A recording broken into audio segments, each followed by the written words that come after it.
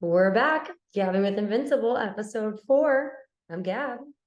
I'm And Vince. I'm the dad. Rarely called invincible. yeah, right? Gabby calls me a fascia, wherever she got that one from. I don't know, but Austin Powers. that's what it is. Of Fasha, course. can you hear me? Fasha. Yeah. Well, this is going to be cool. We Yeah. got the guy who created the movie. I mean, he's the one that took the risk, and hmm and of course his name is Ken Mok, and you've known him forever, and he came up with a couple of the shows that you like so much, and a special one is maybe go worldwide right now. Yeah. America's Next Top Model, Making the Band. If anybody remembers Danity Kane, he's basically the pioneer of unscripted TV. Like now television producer and now director. So he's got some really, really cool stories, really, really cool background, and we're really excited to have him. Yeah, pretty exciting. He's got a great new project coming up, and it's called Ginormal. And it's pretty crazy. With it's all influencers. It's a sci-fi. We'll let him talk about it, but we'll be having Ken Mok coming up in just a sec. Alrighty, so we are here with the one and only Ken Mok. Ken has an unbelievable story. He went from a news producer and for CNN to executive producer of movies, now director. He's a father, he's a husband, and we are so excited to have him here. Ken, welcome to Gabbing with Invincible. Thank you for having me. It's a pleasure to be here.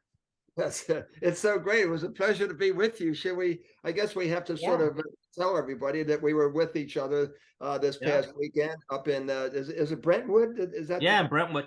Yeah, right. Well, if you don't know Brentwood, it's UCLA. Anybody that's I'm in Philly right now. Gabby's in Jupiter, Florida. So we're saying we're just triangulating here. But we had a great weekend, and you just I said, Gab, we got to get Ken on. I mean, this is going to be a lot of fun. So where do you want to start, Gab? I'll let you get it going here. I think maybe let's start off with your background in entertainment and TV. And so, I know you started off CNN, you were a news producer. So, and then you eventually made your way into movies, which is a huge term and so different. So, let's talk about where that started, how that started for you, and what led you to where you are right now as a director. Yeah, from the East Coast. I'm from New York. I'm born and raised there. Went to Boston University and studied journalism and actually business there. And I always wanted to get into the entertainment business, but I didn't really know how. So I really the first step I took was I went into the news business. So I actually when I was in Boston, I worked for WBZ TV, which was the NBC affiliate there, and then I ended up moving down to Atlanta and working at CNN as a news writer and a news producer. And it was exciting at first, but I really got burnt out by it very quickly. It was like it's kind of the different stories, but the same story over and over again. And I just found the people in the business to be really cynical, and just dealing with the news cycle just was not satisfying to me. I always wanted to be creative and work in the television business. So what I did at that time was, I said, all right, I need to make a change now. Otherwise it's going to be too late. I'll just be a lifer here. So I ended How old were you when you made that change, if I can ask? I made it relatively late. I was like 26 or 27 at that point. Yeah. Oh, they should have made a movie about that. Yeah. So I was like, exactly. Okay. Vince will really understand. So, I knew at that time that the Cosby Show was shot in New York, and I'm from New York, and I thought, hey, if I get just a job on that show and be a driver or a production assistant there. So I applied for a job there. I just kept on calling and calling, and they finally the producer there got sick of me calling and said, all right, we got this job. It's the wardrobe driver, for the show. It pays nothing, but you can get your foot in the door. I decided to do that, and I moved back to New York, and I got a job there, and I learned the business, and followed around everybody and kind of figured out what was going on. And then I managed to use that to get a job at NBC. Mm-hmm. They had this junior executive training program. and I applied for that, and I got lucky enough that I was able to get an interview there, and they hired me. And so that's how I moved from news into entertainment. And then, by getting that job at NBC, I moved to Los Angeles and, started my first steps there. Was that a calculated move to go to Los Angeles, thinking this is eventually where you're going to wind up? Did you have that vision? And if so, what were the steps other than that you had to make to have that vision come true? Well, that job was a junior creative executive position in Los Angeles, so I had to move. So when they hired me, I moved cross country to that, and I did know that eventually, if I wanted to be in the business, I would have to move to Los Angeles, to the West Coast, because it's where the epicenter of the entertainment business is. And I wanted to work in TV, and I wanted to work in film, and so I did. I moved to the West Coast. And then I ended up working as a creative exec at, NBC for like a few years. And then I moved to ABC and got a job as a development executive, developing situation comedies at ABC. I did that for a few years. And I just realized, although I was learning a lot there and I enjoyed the job, I really wanted to kind of become my own producer, independent producer. So I managed to move from ABC, and then I moved to MTV to run MTV Productions, where I really got to, start producing. And making the band, right? Yeah. So, at that time, there was no such thing as reality TV. The only reality TV was MTV had a couple of reality shows, but no networks were doing that.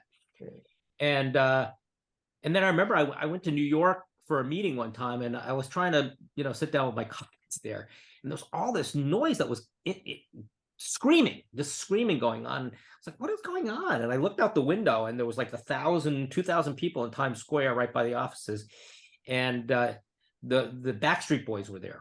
They were appearing up on MTV Live, whatever. And I was like, boy, these boy bands are so big. I was thinking, I work at MTV. These boy bands are huge. Like, how do these boy bands get created? And I did some research, and I found out that, there's this guy in Florida named Lou Pearlman that creates these boy bands. And so I went to my boss and I said, you know what? We should do a reality show about the making of a boy band. We'll call it Making the Band.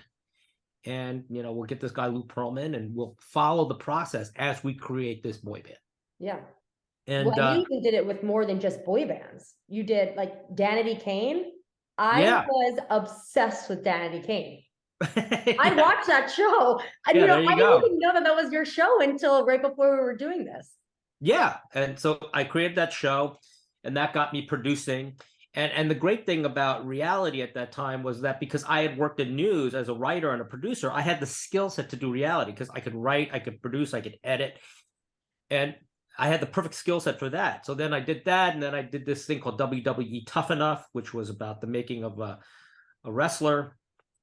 And then at that point I said, okay, I'm going to now create my own production company and go out there and, make shows and sell shows and stuff like that. And I did that. 10 by 10?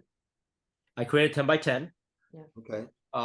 And the funny thing is, the reason why it's called 10 by 10 was my first office was a 10-foot by 10-foot office. Awesome. I had one little office. Yeah, like what I'm sitting in right now. It literally was a 10-foot by 10-foot office. And I was in there. My assistant was in that office with me. We were like crammed in this office. Oh. And anytime I took a creative meeting or anything, I would have to do it outside of the office. Like I'd have to meet at a restaurant, have breakfast or lunch, because I couldn't let anybody see that I was working in this tiny office. And then, luckily, because I created Making the Band and I created Tough Enough, I kind of became this guy known for doing those reality shows where there's a real prize at the end, right? You get to be a wrestler, or you get to become, this band or a singer or whatever. And so Tyra Banks at that time was looking to do a show about modeling. And so my agent said, look, you have to meet Ken because he's the king of this format. And so, I met with Tyra, we sat down one night and we just hit it off. And then, we partnered up and we created the show America's Next Top Model. And next thing you know, that thing just took off like a rocket ship. We've been on the air for 17 years. We went through 24 cycles of that show. We have franchises all over the world on that show. I'm going to Belgium in a few weeks to get Netherlands Next Top Model going. Wow. I work on the other franchise as well. So will you, no, preface it by, will you preface it by where it's going to be, the area, the geographical area, you know, like Netherlands Top Model or Pakistan Top Model, or it's not? yeah, it's just, our international format group licenses the show to different territories. Okay. So, when we first started out, we had something like 40 franchises. It was crazy. There were like 40 territories that were doing it. And our show aired in every country in the world, basically.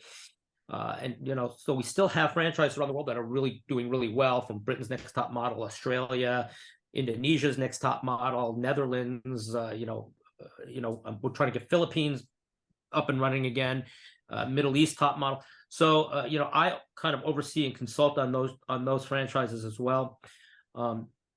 So that show really just. You're retired, right? Right? I'm sorry? Are you retired?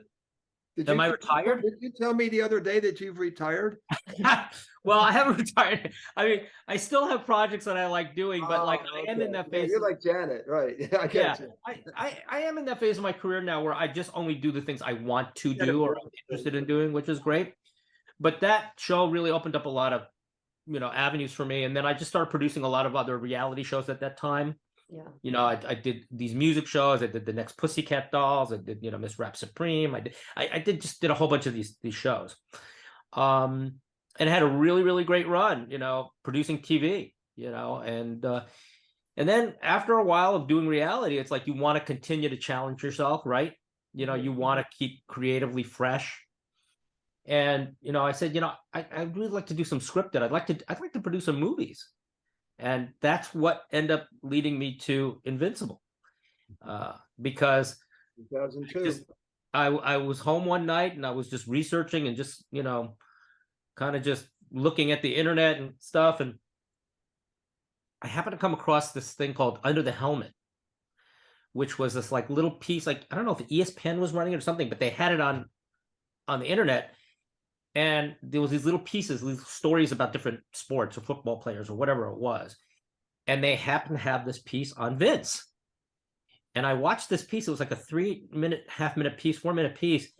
And I was like, this is amazing. And I saw the footage of Vince from the 70s and him, running and all this kind of stuff. And how he's this 30-year-old bartender who was trying out for the Eagles, and Dick Vermeil was having open trials. I was like, this is the most insane story I've ever heard. Like, this guy's nuts. It's nuts. It was crazy. I was like, this is like a made up story. This cannot be true. And I watched the piece and I immediately said, oh my God, this is a movie. This is a movie. This is like gonna be a big movie. And I looked up. I back you up and tell and just give you a little insight from my side. Yeah. Absolutely. Yeah, this is 2002. This is all happening. And we're living in suburban Philadelphia, Cherry Hill, New Jersey. And right around the corner from us, 5 or 6 miles, is NFL Films. And there's this producer in Philadelphia that lived in Philadelphia that I was sort of like his idol.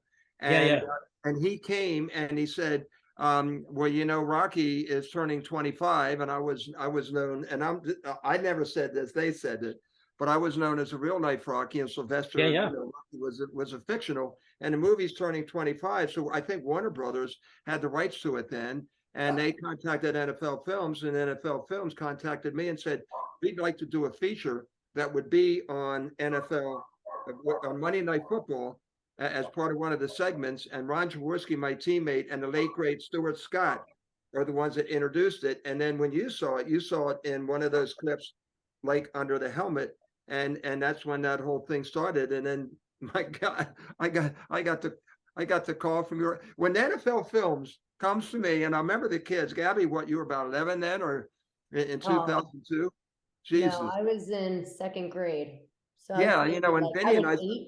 yeah, this thing's going to happen, and they're like, then all of a sudden they're all part of, they were all part of the production and some of the stuff that we did, and it was really cool. And there it is, in 2002 is when it all started, and eventually I got to meet Sylvester Stallone, and it was the MC for his first Creed movie.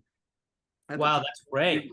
But that's how we got involved. But one of the things is, what you were saying, to sort of segue into this, is, why would you even take that risk? And how did you come up with Brad Gann, as the writer? And then, we didn't have this. We didn't have Zoom.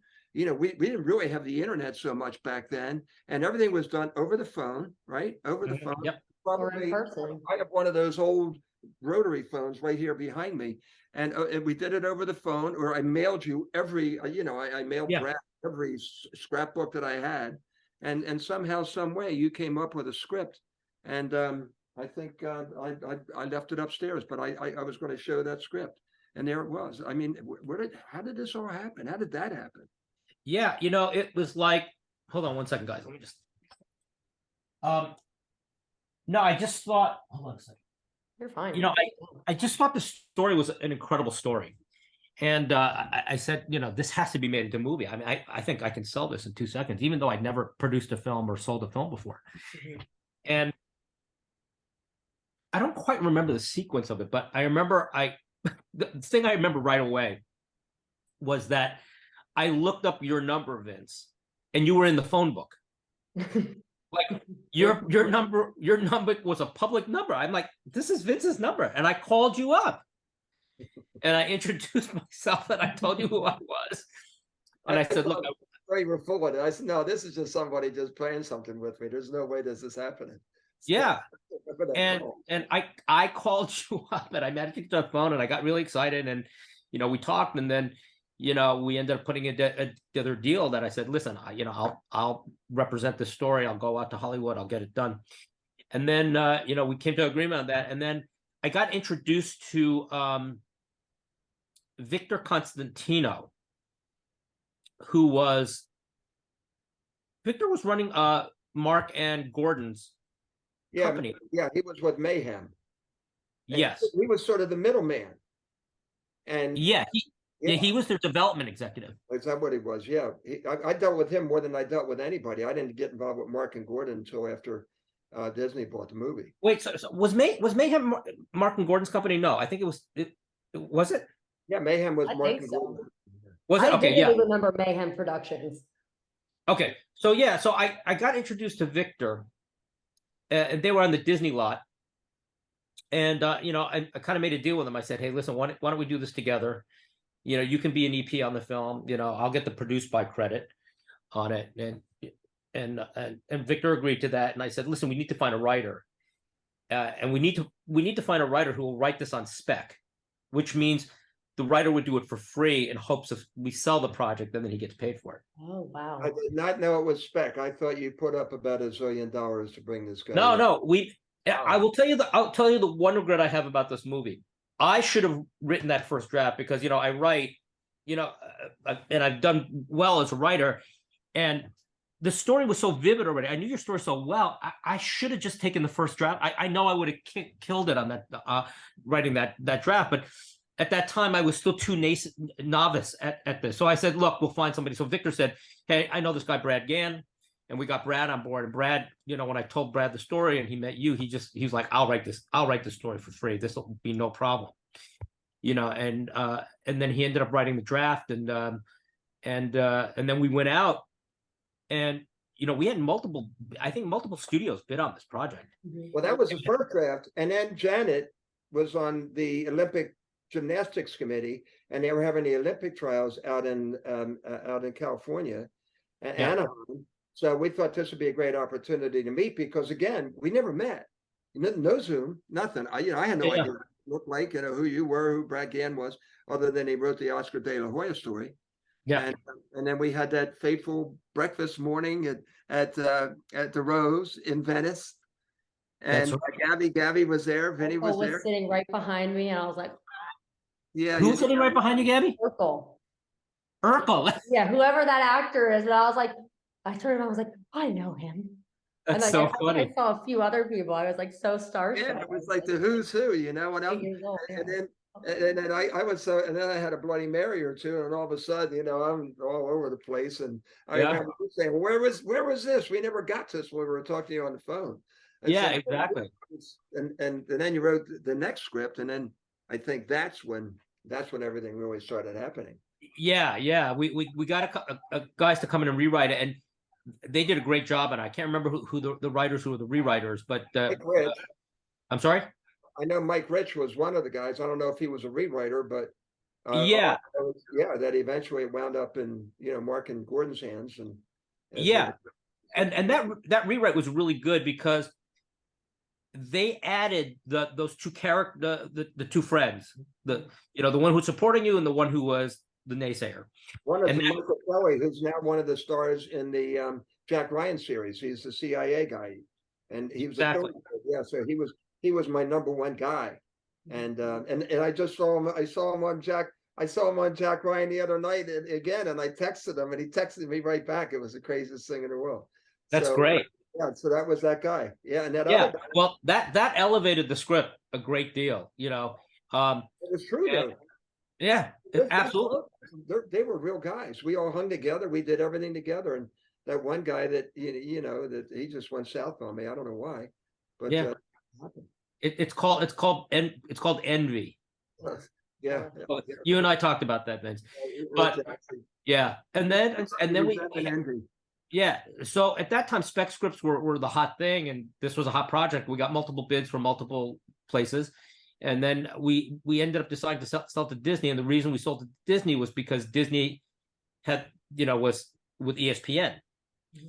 And we felt there was a lot of synergy there. We knew that we would have the synergy of Disney, ESPN. It was a really perfect thing for a football film. And this was a Disney type movie. So that's why we ended up going there. And so, I will tell you, it's like, in terms of getting films made, this is about the easiest process that you would ever have getting a film made. That's what yeah. So it's a couple of years, just like that. Boom. Yeah, it never goes like that.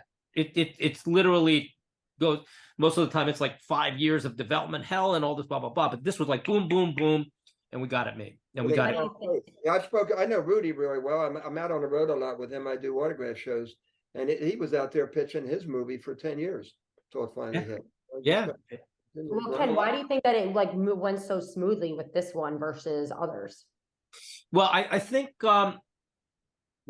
I think. I think a couple of reasons. One, a very commercial film. Yeah. Really great underdog story, like amazing underdog story, right? True life story. Very relatable to the everyman, right? And then because Disney bought it, it was like the perfect studio for it. And then, they had, Charlie and Gray, right, who did sports movies. Yep. And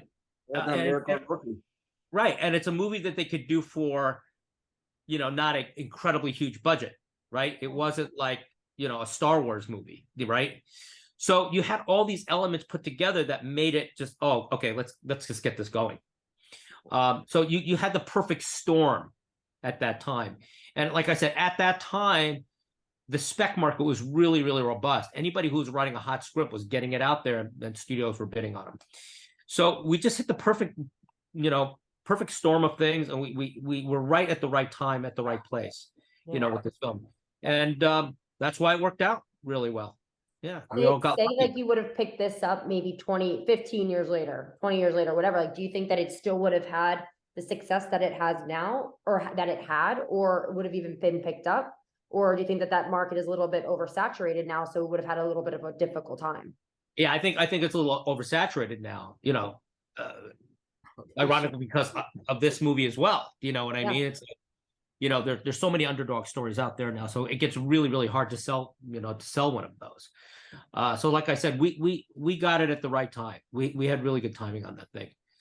We got very lucky.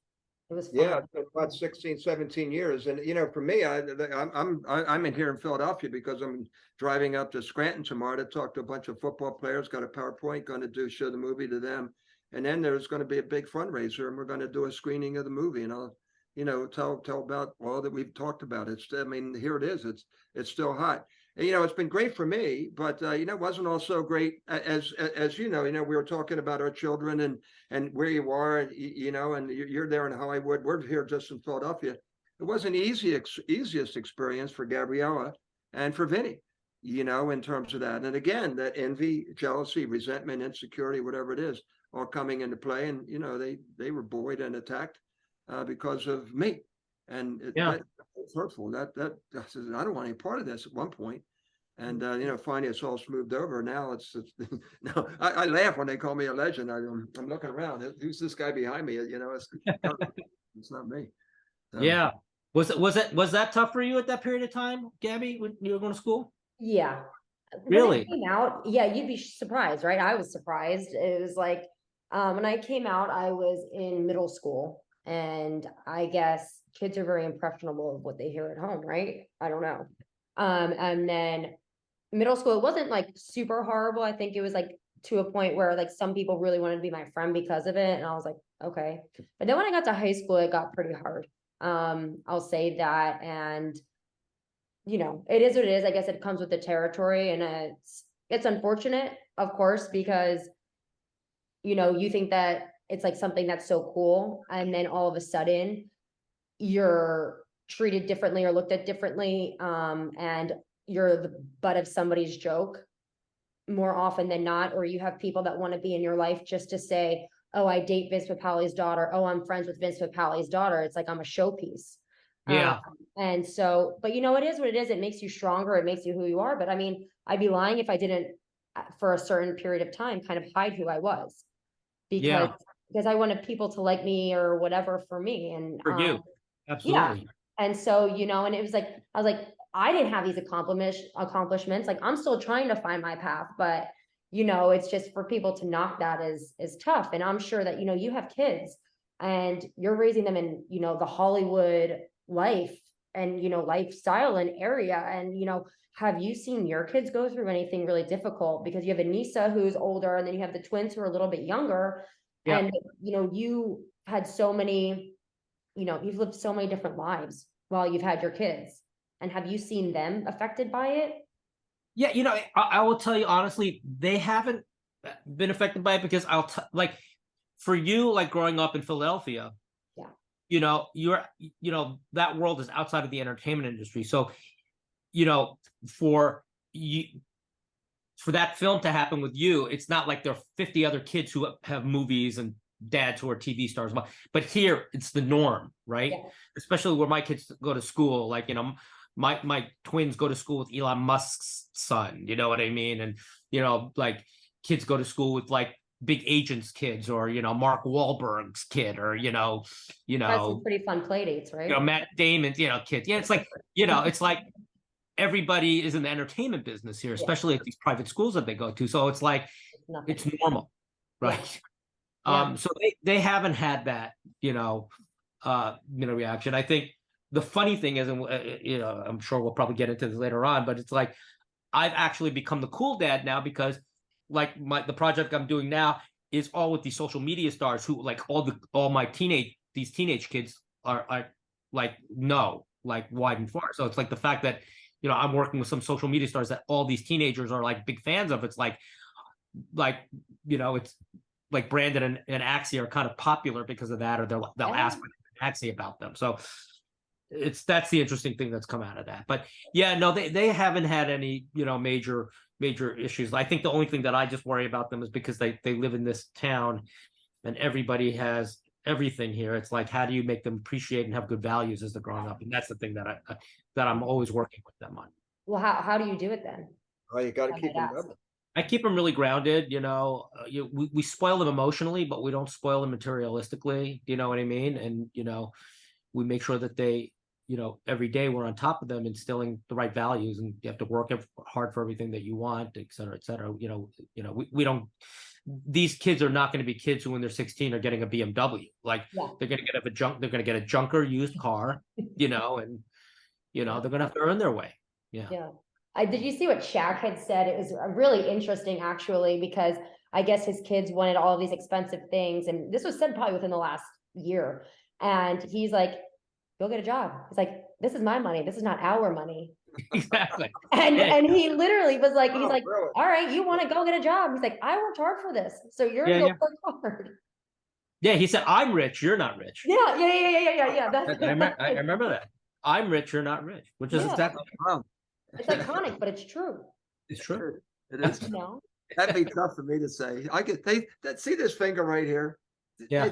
They both are. Both Gabby and Vinny have me so tight around this finger right here. It's Yeah. scary. Janet just pisses her off sometimes. You're just too easy, right? Yeah. Just, Yeah, that's a good background. what can I say?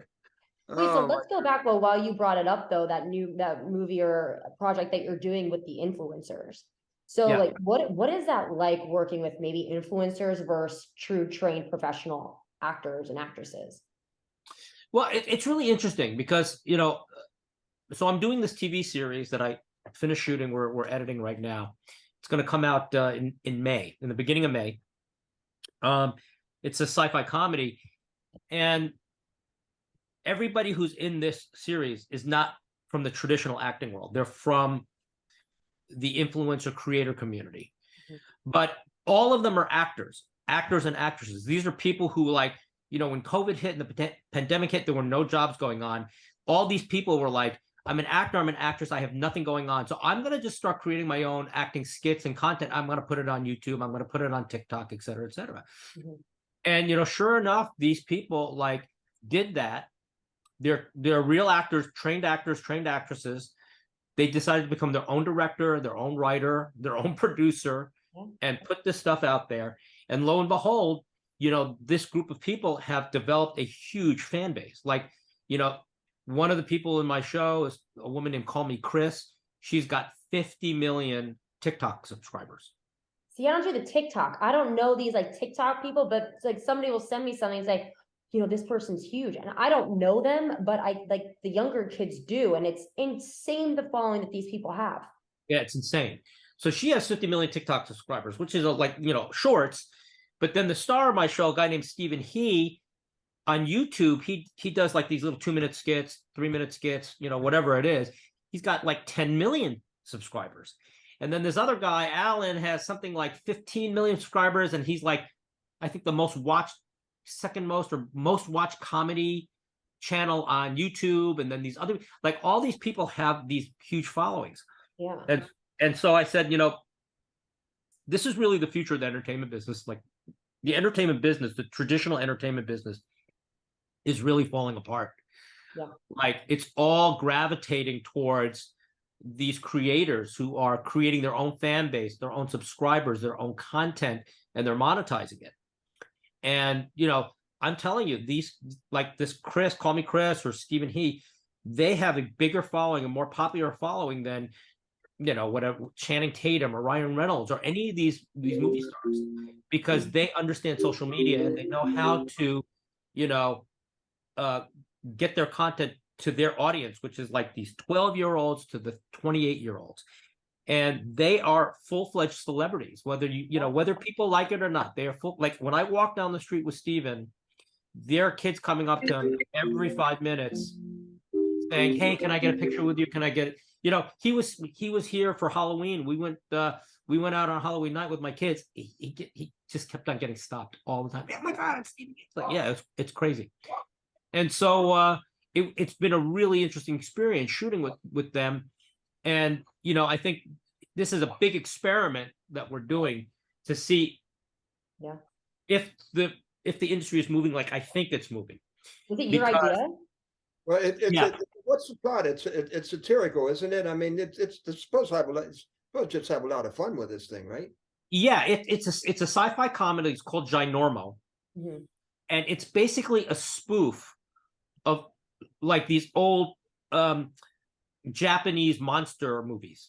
So it's like Godzilla and, you know, Ultraman and Mothra and all these like, and I really wanted to do a show that harkened back to that, because like everything now is CGI, you know, it's like, it's all computer and blah, blah, blah, and special effects. It's like, wouldn't it be fun to do a show where you actually saw like the spaceships on strings, you know, or you saw, you know, people in really bad rubber, outfits, costumes, and these crazy things. And, you know, you had to do what's called practical effects, where it's like, you know, there's no CG, there's no blah, blah, blah. And I thought it would be fun. So I came up with this show called Ginormo. It's about these team of secret agents fighting this evil organization that's putting out monsters every week. And we pretend the show is from 1972 and that the show was so poorly done so badly done on such a bad little budget that it got canceled before it even aired. So like they didn't even air these episodes. And we found this box of episodes. We found 6 episodes of this show, and we're showing it to you for the first time. Oh, isn't that great? Oh, that's awesome. And that's the premise of the show. It's really funny. It's like the dumbest show you'll ever see, but it's really, really funny. It's really cute.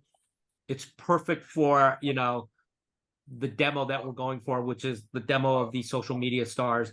It's perfect for TikTok because we can cut them into little tiny clips. Every episode is like 10 to 12 minutes long, right? It's perfect. And so like we're just really excited about it, and we're gonna see what happens. And it was just, you know, it was fun working with these social media stars, and it was just so funny because we had to shoot this thing really fast because we had no budget. Yeah.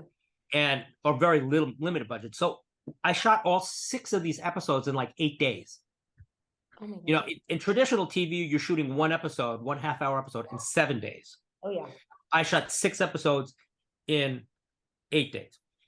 And I was shooting like 15 pages a day. In traditional TV, when you're shooting a series, you're shooting a movie, you're like, you know, Vince, you saw it, like on the movie, you're shooting 3.5, 4 pages a day. Yeah. I was shooting 15 pages a day. And I was like going crazy, like trying to get all the shooting done. Yeah. And in the middle of the day, these social media guys social media stars would come up to me and say, "Hey, how come it's taking so long?"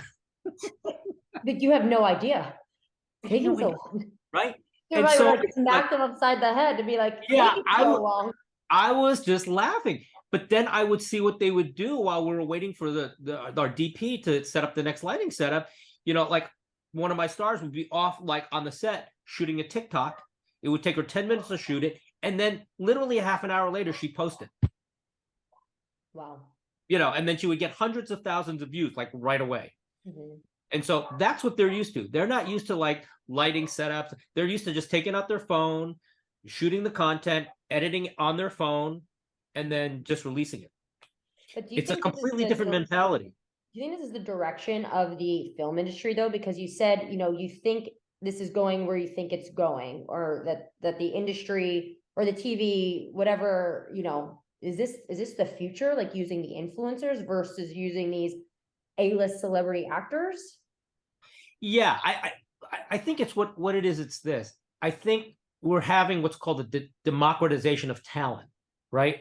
Okay, because for years and years, up until about 5-8 years ago, Hollywood was this very closed off bubble, right?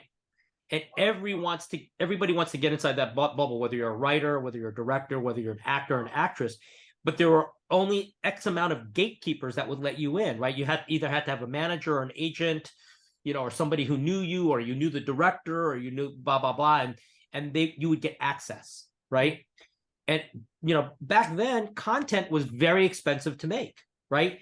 Like, before these smartphones, like you had to have a whole film setup and lighting and blah blah blah and a big budget. Like nobody could make content. But now with the advent of iPhones and smartphones, and everybody can make content. Yeah. That whole barrier has been broken. So the whole thing has been exploded, right? Mm-hmm. And so everybody's a producer now. Everybody's a creator. Everybody's a talent. And so what happens is you're getting this flood of content that's coming, and now Hollywood cannot keep up with the content that's being created by everybody else, right? This is content that we're doing right now. We're doing this podcast with you and Vince, and everybody has their own talk show now. Yeah. Right? So now you're seeing all of this, and now these people who are creating this content, they're creating their own fan base. Mm-hmm. So like, what is Hollywood doing? How can Hollywood compete, right? And so the whole economic model of Hollywood has to change, because they're spending, let's say, $120 million on a movie that's 2 hours long. Mm-hmm. Okay, and you, Gabby, you watch that movie, you've consumed the 2 hours of content, and now you've moved on to other content, let's say by Call Me Chris, who's done her content, and for nothing. Yeah. So the consumption of the content, it's like they don't differentiate between consuming content by somebody who's done their content for nothing and consuming content for $120 million. They just want the next content. As long as it's interesting to them or piques their interest, and they're going to go on to it. Exactly. So how does Hollywood survive now? They can't. They can't. So the whole system is changing as we speak. Like, you know, all those budgets are going to get slashed. Yeah, I was going to say that. Yeah. Yeah. It's all gonna and I don't they're freaking out. They don't know what's happening. And so, like I said, I'm trying to get ahead of the curve by saying this is the way to do it. Like, you've got to find these huge influencers, these huge people who have like major followings, create this content with them, and then build an economy around that content if you can, right? So the interesting thing here for us is that when we premiere this series, I've got 9 huge social media stars with all this following, that if you add up their number of subscribers, it's 180 million subscribers across all their platforms. So we know that when they do their social media campaign, let's say a week or a few days before we launch the series, we're going to create about 500 million impressions of Ginormo. So are they paid on impressions? Well, that's why, I mean, they're not doing this for charity, are they? I mean, there's got to be a remuneration there somehow, some way. How do they make money? Because what's going to happen is everybody's going to watch the show. Yeah. The collaboration blows up their channels, because this show is going to air on My Stars channel, Stephen He's channel, and then all of the other influencers, all the other actors and actresses are going to do reaction videos on theirs. So everybody feeds each other in terms of their subscriber base. It blows up their subscriber base. So they end up getting more subscribers, more followers, they monetize more money. And get more money. That's what they want. Interesting. Wow. So it's a whole new world. So like I said, it's a big experiment from my part. You're genius. We'll see. We'll see. People could have been doing this earlier. I think, if this succeeds in the way I think it succeeds, I think it's going to have a big impact on the industry, because they're all wondering, how is industry going? Where are we going next? And I think, a lot of Hollywood right now still is very resentful towards creators and influencers. They don't regard them as real. A lot of times I'll talk to agents, or managers, and they'll talk about, oh yeah, we signed this social influencer, this creator, but they almost talk about it in a very condescending way. Yeah. They don't treat them like real stars, but they know they can make money off of them. Yeah. But really what it is I really believe these stars are going to be the ones that really supplant the other stars, right? Because when you think about it, it's how did Tom Cruise get discovered, or Leonardo DiCaprio, or whatever? It's they just managed to wiggle their way into the system to get their talent seen, right? These actors and actresses traditionally, they move out to LA, they live at the Oakwood apartments in Burbank. They go around, they try to get an agent, they get the agent sends them out on auditions, and then they get seen, right? Now there's no middleman anymore. There's a direct path. It's the same amount of talent out there. If not, there's 50 million times more talent, but that talent is going directly to the audience now. Yeah. So they don't really need the Hollywood Cut out system. the middleman of the Hollywood system. Yeah. They're cutting out the middleman. Yeah. And so now they have all the power. They don't really need the agents. They don't really need the managers. They're I have my own fan base. I've got millions of people here that are following me. I'm monetizing. I'm making all this money, blah, blah, blah. So that's why everybody in Hollywood right now is just shaking in their boots. Because they realize we might lose a lot of money. They're losing a lot of money. Everything's falling apart. I think the agents are shutting down. Huh? With the first screening, I saw the movie in Philadelphia, right around the corner from my house here. Yeah. And they call the Queen Village section. That movie theater has shut down. And that was where I saw the first screening of Invincible. When you just went out there, you're just sort of testing it before it was sweetened and everything like that. And seeing these movie theaters shutting down. Yeah, I just think the movie theater business is just going to be destroyed, because everybody, all of us watch our content on our laptops, on our phones, and Streaming. see Netflix, and there's so much, like, nobody goes to the movie theaters anymore. It's like you go to the movie theaters when you're going to see a Marvel movie or Ant-Man or whatever. But then you just saw like what happened with Ant-Man. Ant-Man had a huge opening. The second week, it dropped by 65%. Yeah. And people are just freaking out. Well, right? your directorial debut, like you chose to do a Netflix versus a movie theater movie, right? Yeah, mine was Hulu, Or Hulu, sorry, yeah. Right. So it's just everything's just changing, and I like nobody watches the Oscars anymore. Right? It's like the Oscars ratings have just plummeted. The Oscars used to be the biggest night of the year in television. Everybody used to love watching the Oscars. And again, the reason was back then, the only content that you got was content that was created by Hollywood. You had to wait for Hollywood content. So the bubble was intact. So you got to see all these big stars who were from TV and film go up on that stage. And everybody saw all these movies because the only way you could see this content is going to the movie theater. All of that is gone. Yeah. All of that is gone. So the glamour of Hollywood is disappearing as well, right? Yeah. It's like 20 years ago when I was glamour. Hollywood, when I was driving, like if you were driving down the Sunset Strip 20 years ago, and all the billboards on the Sunset Strip, if your face was on that, your TV show was on there, it meant something. You made it. And I remember 21 years ago, I was driving down the Sunset Strip, and I just created Top Model, and I looked on the side of this hotel. It was like the Hyatt, and it was a 10-story billboard for America's Next Top Model. Got to be surreal. I was like, it was surreal, and I was like, I made it in the business. That nobody cares about that stuff anymore. It's like anybody can get a billboard, anybody can get anything. Well, I actually want to go back to that really quickly because with America's Next Top Model, that was my favorite show when like growing up as a kid, and I saw that you had done an interview at one point, and you said what I really realized in producing these shows was that the secret to making them successful wasn't just about the competition, it was about the storytelling. And like people call you like a pioneer of unscripted TV, but I've been like, is unscripted TV really that unscripted? Like you see The Bachelor now, and you see like all these shows, and it's just like there's got to be some sort of a script behind these things. Yeah, a lot of these unscripted shows are what they call soft scripted. Okay. Right. So basically, like Real Housewives, Yeah. Like, come on, Teresa, flipping the table. It's got to be semi-scripted. That's all soft scripted. The Kardashians, it's all soft scripted. So basically, what happens is the producers kind of go in and talk to the Kardashians or the Real Housewives, and they're like, "What is going on, in your lives, or what's going on with this person or that person, et cetera, et cetera."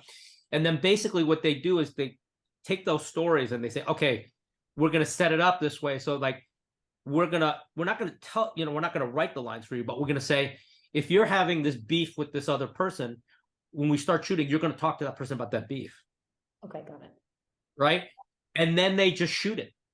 Yeah. And whatever comes out of that beef, then they cut it. And so they plot it out. So like, you're going to have that confrontation with her. Like, person A to person B is like, I really want to confront her about that guy sleeping with my man. Yeah. Okay.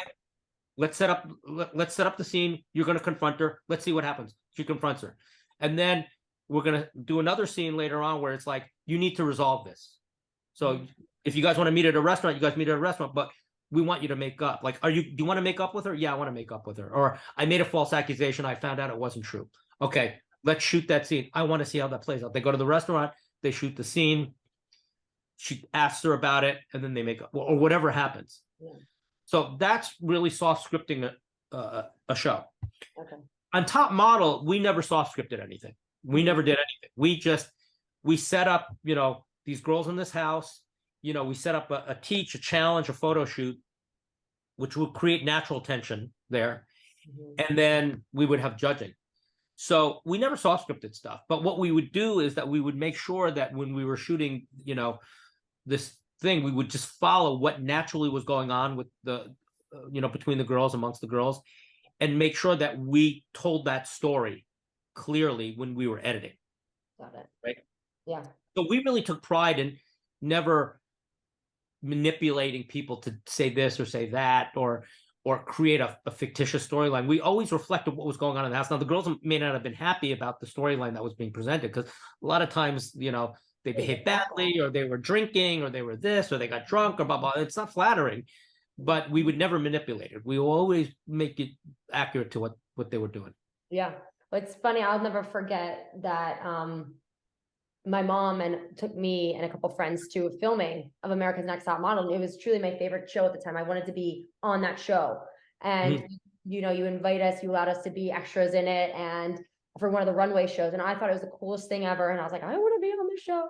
And I remember my mom said to you, and she was like, you know, Gabby wants to get into modeling, you know, what do you think? And I remember you were like, modeling, like, don't do it. It is so gruesome. It is so horrible and so brutal in certain respects. Like, those weren't your exact words, but it was just along the lines of, don't do it.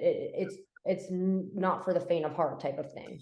Yeah, you know, and I think especially back then, Yeah. you know, the modeling world was really, really difficult. But, you know, I think one of the things that our show has done is it's completely opened up the modeling world, right? You know, back then, modeling was very like the entertainment business, a very closed world, and it wasn't diverse. It didn't, you know, accept other types of people. They had a certain look that they wanted, et cetera, right? Yeah. And a certain size. You had to be a certain height and a certain weight, right? And now everybody's a model, right? Like, you don't have to be part of the traditional modeling world. You're on Instagram, you're doing your own thing. Again, it's the democratization of talent, right? And it's just like the entertainment, and that whole industry has been blown apart. So you see models of all different shapes, sizes, ethnicities, sexual orientations, whatever it is, that's happening right now. So it's like, you know, Gabby, if you want to keep up, you know, pursue your modeling career, you know, you're a gorgeous young lady, like, you could do it. You could do it today. Oh yeah. You could do it right now. You could go out and, you know, be an influencer. Like, there's a ton of these women, right? They make money. They make money. They're influencers. They go to the fashion shows, and then they have all these followings. So then all of a sudden, Versace and Gucci and everybody's coming in. They're giving them their bags and their blah blah blah, and they're showing off the clothes and their Instagram shots and blah blah blah. And there's a ton of these people that are doing it, right? They're like the movie industry. It's just moved in a completely different direction in the filming or the TV. Absolutely. Well, you wouldn't know it if you went down to Sunset Strip. Like, you know, some of the movie, that's all it is. It's just one roll after the other. I think the best was Cocaine Bear. I can't wait to see that. I have to tell you this though, Ken, because you got a soft spot in my heart. You were talking about 20 years ago, and you go down Sunset Strip, and I had just given a speech out there when we got a chance to come and see you, and I was right there in West Hollywood on the Strip, and and Janet said, "Do you remember right there on that sign?" And right behind us was this. There it was. That was that billboard that was 60 feet high, and we're sitting there having lunch, and it just blew my mind. So those days, I think they're gone. So, but you know what? You had there's that one thing in the middle. I recognize that young. So you had a chance to be a director, right? And you took that shot up there in Vancouver. I think me and Gabby. That's right. That was a lot of fun. Great trip that was up there. So tell us a little bit about that directing experience as we sort of wrap things up. Yeah. So I kept you for far longer than we've anticipated. Yeah, no. I wrote that romantic comedy, and it was a lot of fun, and it was my first film that I got to direct, and it was tremendous experience. I loved every minute of it. It was so fun shooting in Vancouver. The movie came out really well. I was really happy with the result of it, and you know, people really have enjoyed it, and it was just fun. It was an extra bonus to have you guys up there. It was so fun to have you guys come to the set and visit and be in the movie. I loved it. So cool. You know, thank you for that. That was great. And then now, you know, like I said, I've written and directed the Ginormo series. That set me up perfectly for this now. And I can't wait for it to come out and see how people react to it. We're so excited to see it. It's gonna be amazing.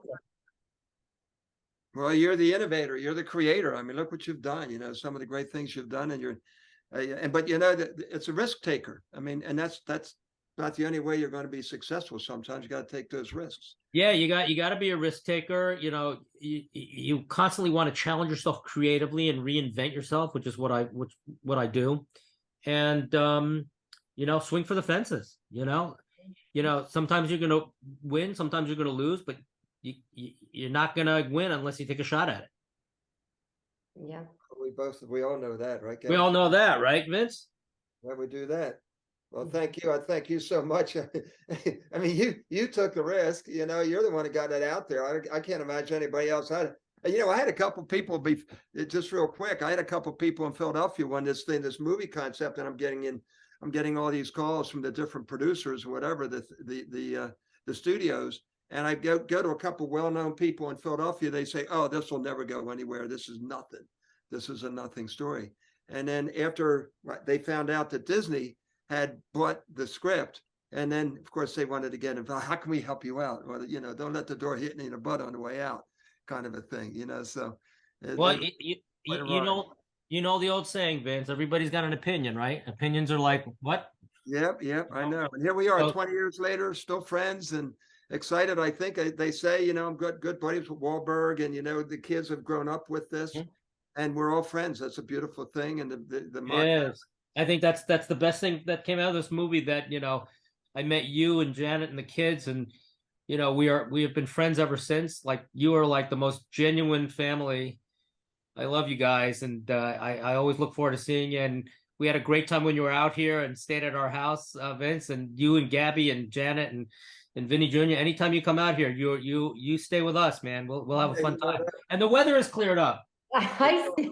Yeah, Weather is finally cleared up. Sunday after we left, and I get back here to Philadelphia, and it was the same as it was in LA there, and I just left 85 degrees in Florida. But that's all right, because we're showing Invincible tomorrow night in Scranton, Pennsylvania. So that's going to be real exciting. Yep. All right, have a great time, and congratulations on everything. Gabby, you look fantastic. I heard things are going really well in your personal life, so I'm not going to go there, but About damn time. There's a lucky guy there. And I'm wishing Vinny Jr. the best with the USFL, and I really hope to see him in the NFL. So you guys are living the dream, guys. So keep it going. Thank you, Ken. We love you too. Thank you so much. Thank you so much. Yeah, this was amazing. Thank you. We love you. All right, we'll see you later. Bye. Bye, guys.